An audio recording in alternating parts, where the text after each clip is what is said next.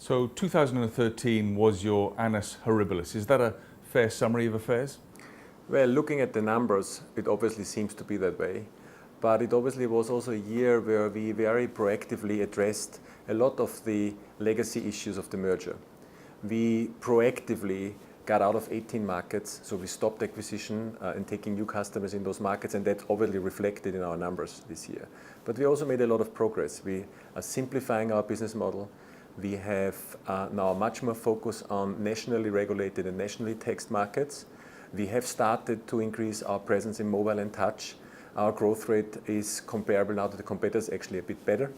And we have successfully launched into New Jersey, which is obviously still only one state in the United States. It's still business development in works, but we had a good start there. So we actually built the foundation in this transition year for the next years. So whilst the numbers are not looking great, I'm quite confident that we will have a good future. There are still challenges, though. There are things which weren't completed in 2013, and your key European markets are still decidedly difficult.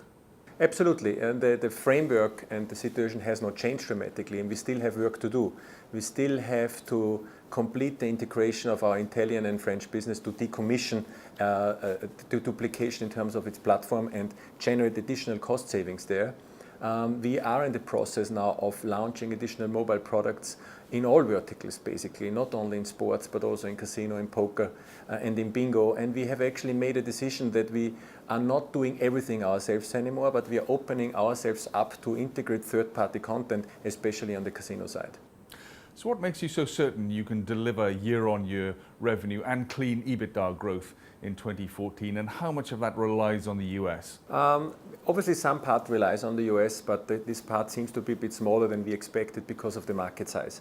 Now, is the market smaller in itself, or is it just smaller for the time being because of geolocation and banking problems, which we are working to address?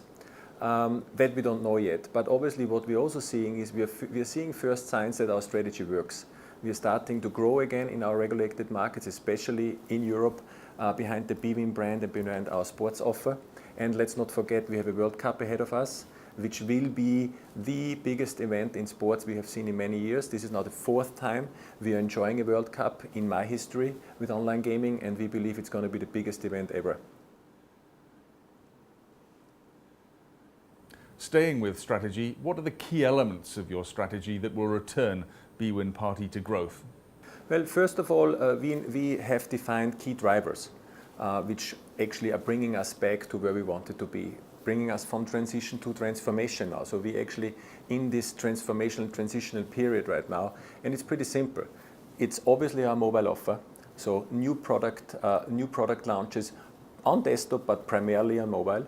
On the technology side, we are paying down our technology debt at the same time as we are improving the way we are actually launching new product features. We are going to be faster in this year already, so we're going to increase the number of releases, we're going to decrease our downtime, and we're going to improve the scalability and the sustainability of our technology platform. On top of that, we have launched last year a project which we call Improve our digital marketing and CRM capabilities. Whilst we had a fairly static framework before and we were definitely behind our competition, we think by the end of 2014 we should be a bit ahead of our competition. So the combination of all these factors actually should help us drive our business forward again. Which markets did you exit this year? Which markets do you expect to exit? And furthermore, do you think you'll eventually divest or even close down the .com business? Well, definitely not closing down, but obviously we are de-emphasizing the .com business. So what we are doing currently is obviously we are putting much more focus on the nationally regulated and taxed markets. You see that reflected in the numbers already. We expect by the end of 2015 to generate about 75% of our revenue coming from nationally regulated and taxed markets. And we have de-emphasized 18 markets at the beginning of 2013, so obviously that's reflected in our numbers, but that's a conscious decision we have made together with our management team, and we are following through on that. Since the beginning of this year, a number of active funds are holding enough to seek board representation. Do you think they'll agree with your strategy or seek to change it? There is talk of splitting up the business more fundamentally. Look, we are out there every day, every month to attract new investors. We are extremely happy with the new investor we have.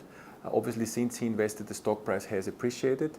We are engaging with every investor. We are listening to the ideas investors have, but we feel we have a very comprehensive plan already in play, and we are executing against that plan every day. So in general, everybody is invited to join us, and hopefully he will be a long-term investor. One line from the release, you mention possible divestment of non-core assets. Could you be more specific? Well, what we have been working on very hard on is to simplify our business approach. So what we have today is obviously a very strong B2C business, and that's really in big picture in Europe mainly behind the bwin and sports brand, and obviously in the US the party poker and poker business. We have some tactical brands, a very strong bingo business in the UK, and obviously a strong poker business in Italy behind the Gioco Digitale brand. Then obviously what we also have is supplementary strategic B2B business. Then we have a new business area, which is Calixa, which is our payments business, and a small startup bwin, which is our social gaming business. On top of that, we have a range of non-core businesses, and we have set ourselves as a management team the goal to either divest out of those businesses or partner up and grow them again. And that's one of the focuses we have set ourselves for 2014 as well.